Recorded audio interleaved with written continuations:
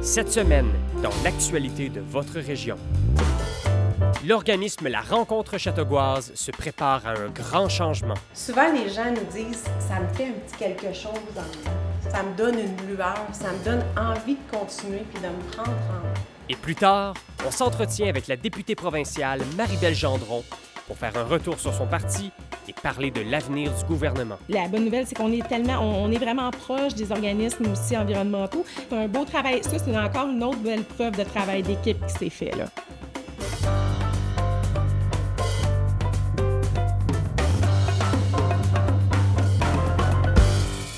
Bienvenue à Babillard.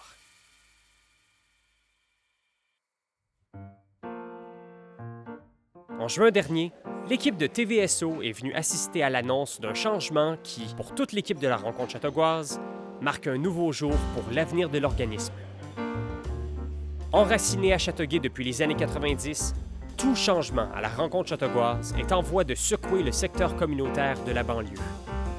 Les gens ont besoin d'écoute. Les gens, des fois, arrivent ici, on a beaucoup de nouveaux arrivants également, donc les gens arrivent ici, ont aucun repère, donc on fait beaucoup de référencement, on fait de l'écoute, on fait également de l'accompagnement.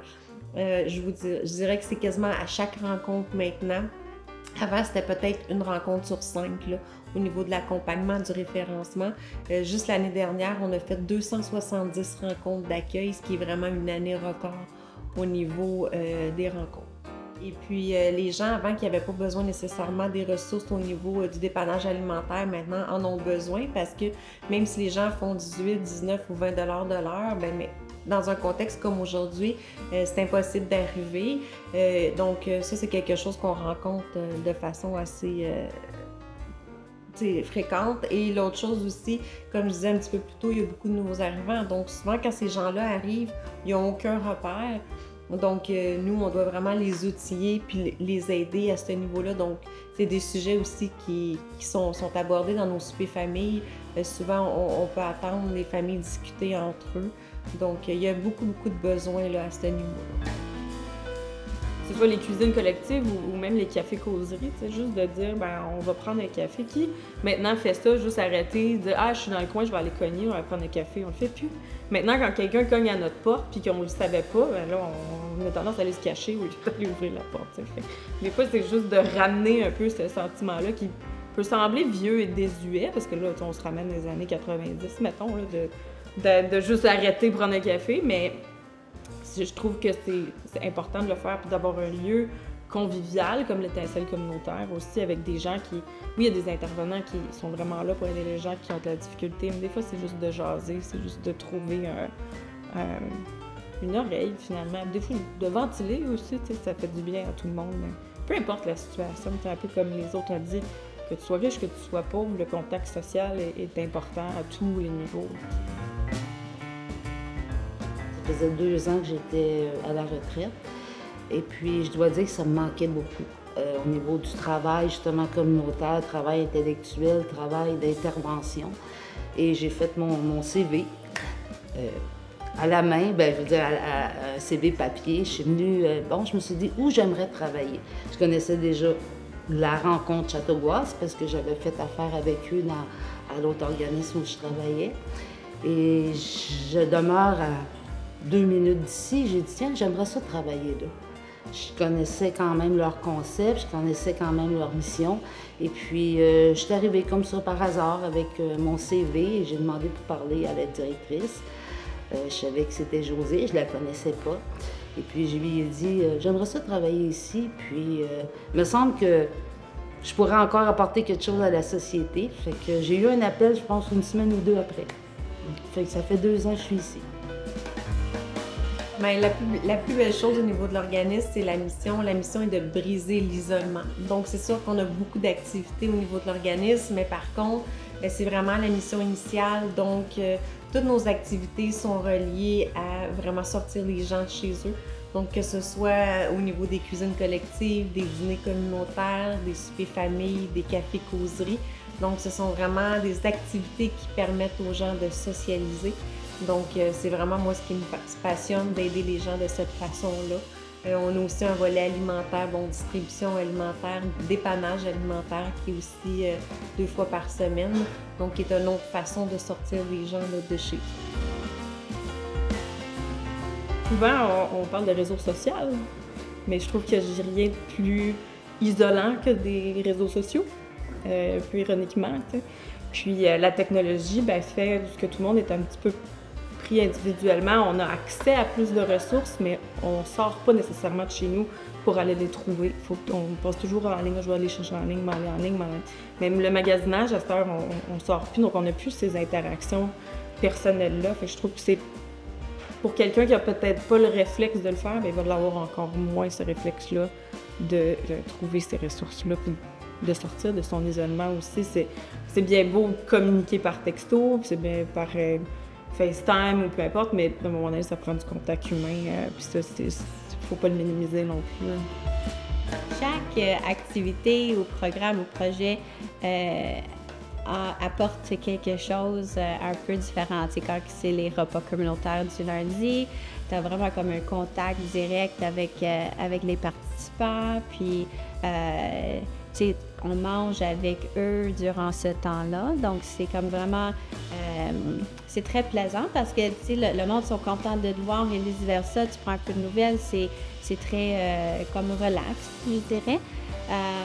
Ensuite, quand c'est pour le programme bien équipé, on a le sens de vraiment apporter un aide, surtout pour les enfants.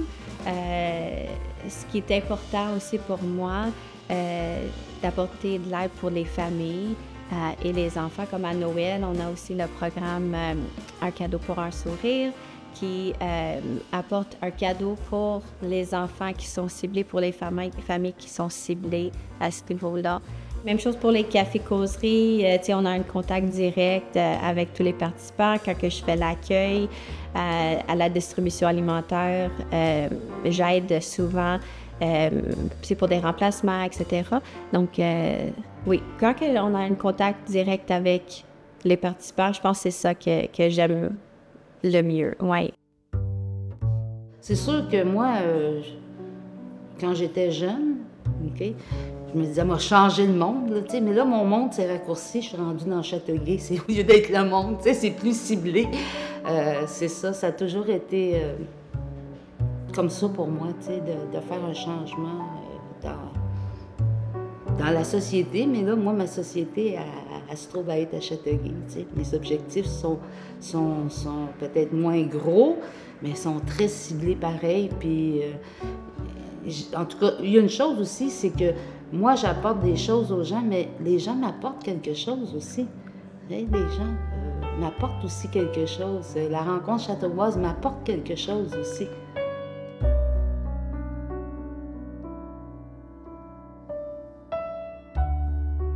Que ce soit peu importe l'organisme, selon le besoin de la personne, des fois les gens peuvent être gênés. Donc, c'est de dire, il n'y a pas de gêne, parce que moi, l'organisme est ouvert à tout le monde. C'est pas juste pour des gens qui ont des besoins au niveau financier ou, oui, c'est certain que pour le dépannage alimentaire, on doit instaurer un seuil de revenus pour avoir une équité, mais par contre, les activités sont vraiment ouvertes à tout le monde. Donc, quelqu'un peut avoir beaucoup d'argent, mais juste avoir le goût de sortir de chez eux. Donc, à ce moment-là, nos activités, c'est vraiment disponible pour monsieur, madame, tout le monde. Puis c'est de mettre cette gêne-là de côté parce que c'est peut-être le fait de prendre le téléphone puis de nous appeler ou de venir pour un dîner ou un souper famille qui va faire en sorte que ça peut changer la vie de quelqu'un. Donc, c'est de ne pas avoir peur d'aller cogner aux portes des organismes communautaires. Lorsqu'on s'est mis à réfléchir en équipe avec les membres du conseil d'administration, par rapport à un nouveau nom qui pourrait représenter l'organisme aujourd'hui en 2024. On a aussi tenu compte des témoignages souvent qu'on a de la part de nos participants. Et puis, il y a vraiment quelque chose qui est ressorti de très fort ces derniers temps. C'est que les gens qui viennent à la rencontre châteauguoise ont une lueur d'espoir, que ce soit au niveau des cuisines collectives ou des dîners ou de toutes les activités. Souvent, les gens nous disent « ça me fait un petit quelque chose en dedans, ça me donne une lueur, ça me donne envie de continuer puis de me prendre en main ». Donc, ce qu'on a fait, on s'est assis, on a réfléchi. Et puis, le mot qui est ressorti vraiment pour exprimer la lueur d'espoir, c'est le mot étincelle. Donc, voici notre nouveau logo maison. Donc, étincelle.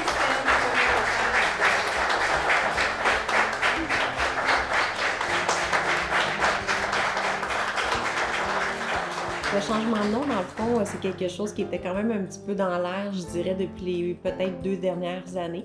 Donc, l'organisme a également déménagé physiquement en 2022, au mois de mars. Donc, déjà là, ça l'emmenait un vent de renouveau, veut pas, au niveau de l'organisme. Et puis, quand on s'est vraiment mis à réfléchir pour un nouveau nom, il y a plusieurs éléments qui ont été retenus là, par les membres de l'équipe, le conseil d'administration. On a également fait affaire avec une firme indépendante. Donc, on s'est vraiment assis et réfléchi à comment que l'organisme pourrait s'appeler. C'est pas facile, cette réflexion-là. Donc, on est allé vraiment chercher les éléments les plus importants là, pour ce nom-là, et on a aussi tenu compte de certains témoignages de nos participants. Donc, les gens nous disent souvent, bon, quand je viens à la rencontre, à l'organisme, ça me fait un petit wow, ça me fait quelque chose, ça me fait du bien. Donc, on a vraiment, le mot l'étincelle représente vraiment cette lueur d'espoir-là. L'autre chose aussi, la région qu'on dessert, c'est vraiment le Grand Châteauguay.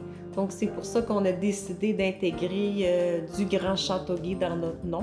Et communautaire, parce que je pense que c'est important que les gens comprennent qu'on est un organisme. Donc, l'étincelle communautaire du Grand Châteauguay. Pour le dévoilement du nom, bon, c'est certain qu'on a dû faire une conférence de presse le 3 juin dernier. Et j'étais bien contente parce que, bon, on était quand même une trentaine de personnes pour le dévoilement du nom. Et c'était bien parce que ça a été accueilli vraiment de façon positive au niveau, quand même, je dirais de la plupart des gens, également d'un des fondateurs, là, qui est M. Carlos Bourges. Donc, c'est certain que lui, c'est le fondateur, un des 3 fondateurs de la rencontre châteauguoise. Donc, je lui ai bien expliqué aussi les démarches, pourquoi qu'on fait ça. C'est pas du tout pour effacer le nom de la rencontre châteauguoise, mais c'est vraiment plus dans une optique d'évolution et des besoins présents en 2024. Je suis arrivée, on était dans l'ancienne bâtisse sur Salaberry-Nord. Puis, fait que veux pas, on a comme évolué déjà beaucoup. Fait que juste acheter cette bâtisse-là, le déménagement, ça faisait longtemps qu'on en parlait. On a réussi à le concrétiser, on y est arrivé. Fait que c'est un gros changement. Là, on change le nom. Fait que ça projette vraiment qu'on veut aller ailleurs. On veut garder la mission, on veut continuer d'aider les gens de la façon qu'on l'a toujours aidé depuis 79, si je ne m'abuse. Fait que c'est de poursuivre là-dedans, mais c'est aussi d'agrandir un petit peu, que ce soit au niveau des réseaux, au niveau de la mutualisation aussi avec les organismes, de pouvoir apporter peut-être un plus à la communauté, de continuer à développer. Josée est très impliquée là, sur différentes tables pour justement essayer de trouver, bien OK, on fait des cuisines collectives, mais est-ce qu'on peut faire un volet de transformation alimentaire ou est-ce qu'on distribue de la nourriture qu'on a transformée versus simplement donner. Des fois, on peut recevoir des caisses de tomates à profusion, mais à un moment donné, les gens sont un peu tannés de manger des tomates, bien, est-ce qu'on peut en faire des sauces puis les redistribuer? Fait que c'est de voir un peu l'évolution aussi de l'offre de services, mais de l'offre de produits peut-être aussi. Parce que quand on travaille dans la communauté ou bien quand on travaille avec des gens qui sont dans le besoin, ça nous amène aussi à une certaine... ça nous amène une valeur à nous-mêmes aussi, comme on a l'impression qu'on redonne quelque chose. Puis, je crois, comme l'univers, que tout ce qu'on donne nous revient dans un sens. Donc, si on donne tout ce qu'on peut de nous-mêmes dans toutes les façons qui sont bien, ça nous revient dans un sens ou l'autre. Il y a des gens qui, ça fait des années qu'ils viennent à la rencontre parce qu'au début, bien, il y avait besoin d'aide, ils ont reçu l'aide. Ils s'en sont sortis, mais maintenant, ils continuent de s'impliquer parce qu'ils trouvent ça important. Mais il n'y a rien de plus gratifiant que quelqu'un qui fait juste te sourire parce qu'il est bien. L'argent ne fait pas le bonheur. La chanson le dit et c'est vrai. C'est le fun, mais ça apporte pas. C'est pas ce qui va déterminer ton bonheur. Puis c'est des gens qui ont tellement de gratitude puis qui ont tellement de reconnaissance envers les services qu'ils ont reçus, envers juste l'aide et l'écoute aussi. Puis ça, ben ça n'a pas de prix dans le fond. Il faut s'impliquer pour ces raisons-là. On a tous besoin d'une communauté heureuse, puis une communauté heureuse, ben va plus loin tant qu'à mon sens. Puis c'est une façon de redonner aussi ce qui nous est donné. Je vais leur demander c'est où vous avez entendu parler de nous. Hey, souvent, on va dire c'est quelqu'un qui m'en a parlé. Et moi, ce que je fais aussi quand je vais dans des rencontres ou des choses, des fois, à d'autres niveaux, j'en parle. Les gens sont toujours ah, tu fais ça, tu sais, ils sont comme surpris, je savais pas que ça existait. Et bon, Châteauguay, c'est quand même pas une trop grosse communauté. On n'est pas comme à Montréal. Fait que ça se fait beaucoup comme ça. Par Facebook aussi, hein, on est sur Facebook, les gens y vont, même ceux qui sont chez eux tout seuls. Et le fait de penser, je sais que par expérience que les gens n'aiment pas être identifiés. Comme s'ils viennent à la rencontre, c'est parce qu'ils sont pauvres. OK? Souvent, c'est ça. Ah, je pensais, tu travailles avec les gens qui sont pauvres. Non, pas nécessairement. C'est cette image-là que, justement, Josée, elle disait qu'elle essayait beaucoup de changer, cette image-là.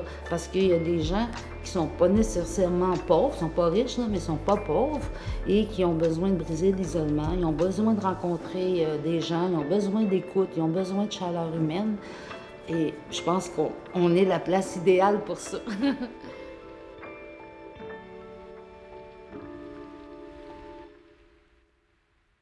J'aimerais également souligner la présence de Mme Marie-Belle Gendron, députée de Châteauguay. C'est un immense plaisir pour moi de me retrouver aujourd'hui avec vous. Puis je pense qu'on a une très belle relation, un très beau partenariat. Pour moi, des événements comme aujourd'hui, c'est extrêmement important d'y être. D'autant plus que vous soyez tous là aujourd'hui. Parmi les nombreux invités présents à l'événement se trouvait Marie-Belle Gendron, la députée provinciale de Châteauguay. Elle a justement choisi de s'entretenir avec l'équipe de TVSO pour nous livrer un bilan des accomplissements de son parti, la Coalition Avenir Québec. La session parlementaire, en fait, ça en a été une grande. Il y a eu beaucoup de projets de loi. Il y a eu beaucoup d'avancées à Québec. Malheureusement, ce qu'on voit, ça va très, très vite à Québec, mais le temps que ça percole jusqu'aux citoyens, ça prend quand même du temps. Mais je dois vous dire que ça va vitesse grand V à Québec. Donc, ça a bien été une session parlementaire bien remplie qui a terminé là, la semaine passée. Quand on est à Québec, on a 3 rôles. On a le rôle de parlementaire, donc d'exprimer un peu notre vision de ce qu'on vit chez nous. Il y a également le rôle de législateur. Donc, c'est nous aussi qui font des projets de loi. Donc, j'ai été sur quelques projets de loi, en effet, là, la session passée, dont tout le système routier, là, les corridors scolaires et tout ça. J'ai travaillé là-dessus. Également avec Lionel Carman pour les enfants de la TPJ, tout ça. Également avec la ministre de la Famille, j'ai été sur le projet de loi qui traite aussi de la sécurité des enfants dans les milieux de garde. Donc, il y a beaucoup de projets de loi qui sont faits, qu'on travaille fort des longues heures, puis qui finalement sont adoptés. Mon rôle d'adjointe parlementaire, j'ai reçu ce titre-là l'année dernière. C'est un beau rôle qui a une belle preuve de confiance que Mme la ministre Roy m'a donnée en étant son adjointe parlementaire. En fait, je suis vraiment sur certains dossiers, dont la fameuse Place 05, qui est un guichet unique là, que les parents vont inscrire leurs enfants pour qu'ils aient accès au service de garde. Donc, moi, c'est mon projet. Ce qu'on fait à cette étape-ci, c'est qu'on a repris ce portail-là qui était avant, qui appartenait à un organisme à but non lucratif. On l'a rapatrié au gouvernement. Puis on est en train de refaire la solution technologique, mais également pour que les données soient beaucoup plus robustes, mais pas seulement que ça, pour que les parents puissent savoir où se situent leurs enfants sur cette liste d'attente-là. Parce que, bon, on l'entend beaucoup, c'est que les parents mettent leur nom sur une liste d'attente, ne savent pas les enfants sont rendus à quelle ordre de priorité. Quand on parle d'un service de garde en milieu familial, par contre, oui, ils vont pouvoir avoir accès. Par contre, c'est pas, cette liste-là ne s'appliquera pas à eux. Donc, quelqu'un qui a une garderie chez elle va pouvoir continuer à choisir les enfants qu'elle désire inviter justement chez elle là, pour en prendre soin. Donc, ça touche pas non plus les garderies privées. Donc, on garde vraiment là, les garderies subventionnées, les garderies privées subventionnées et les CPE. Beaucoup de choses sont une question d'argent, tu sais, que ce soit dans tous les secteurs, c'est souvent une question d'argent, même dans l'environnement. Par contre, on est allé au rendez-vous, on a donné des montants. La communauté métropolitaine de Montréal aussi là, ont injecté de l'argent.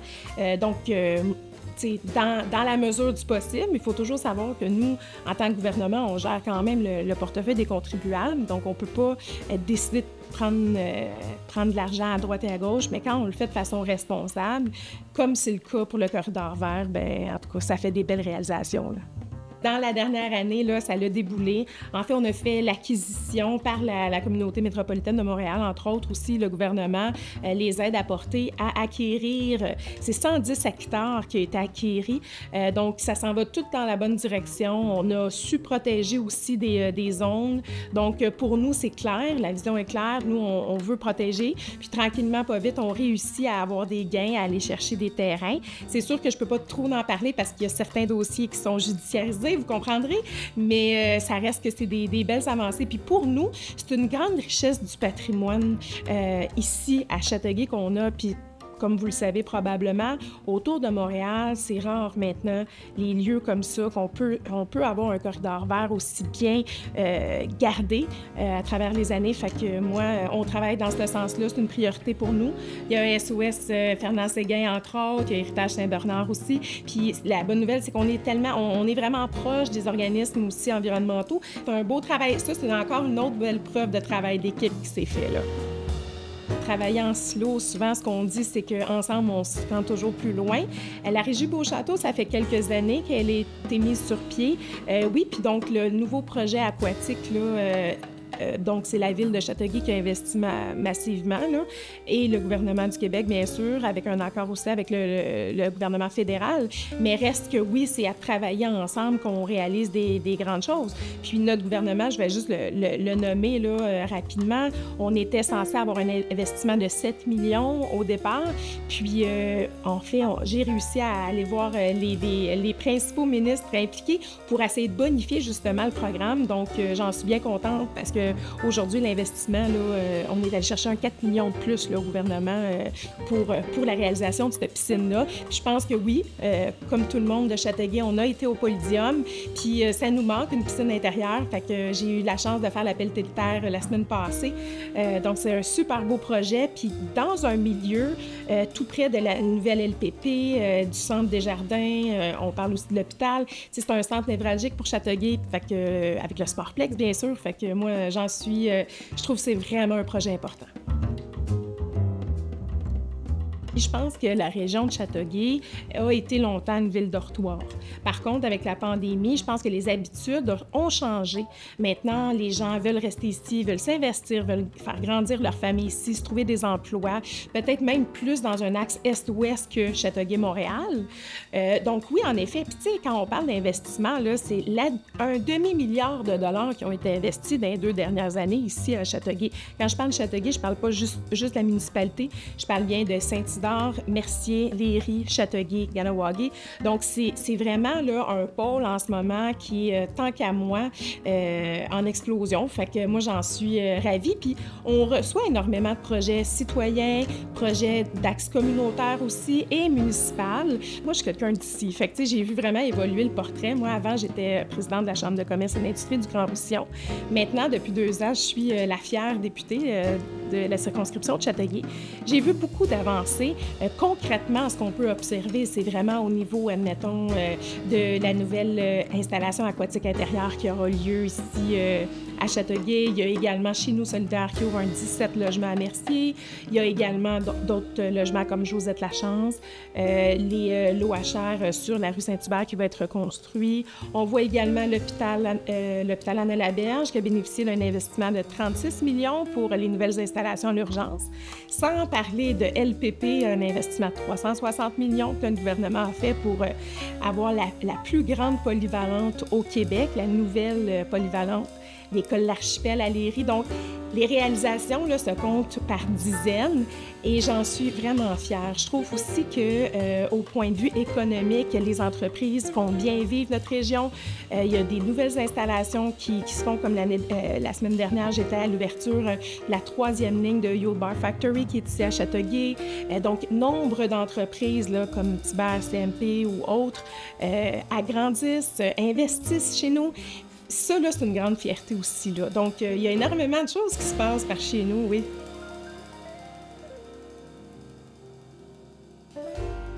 C'était tout pour l'actualité de cette semaine. Ne manquez pas la semaine prochaine un portrait en profondeur du Festival de cinéma Plan d'ensemble. Donc aujourd'hui, on s'est dit avec ce festival, désormais, que ce soit les étudiants, que ce soit des élèves qui commencent à avoir la passion, OK, il y a un festival, vous pouvez faire vos preuves.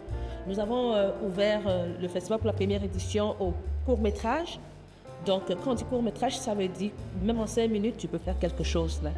Et puis, on s'est dit, c'est ça qui va être justement la particularité de ce festival. On se sent tous inclus.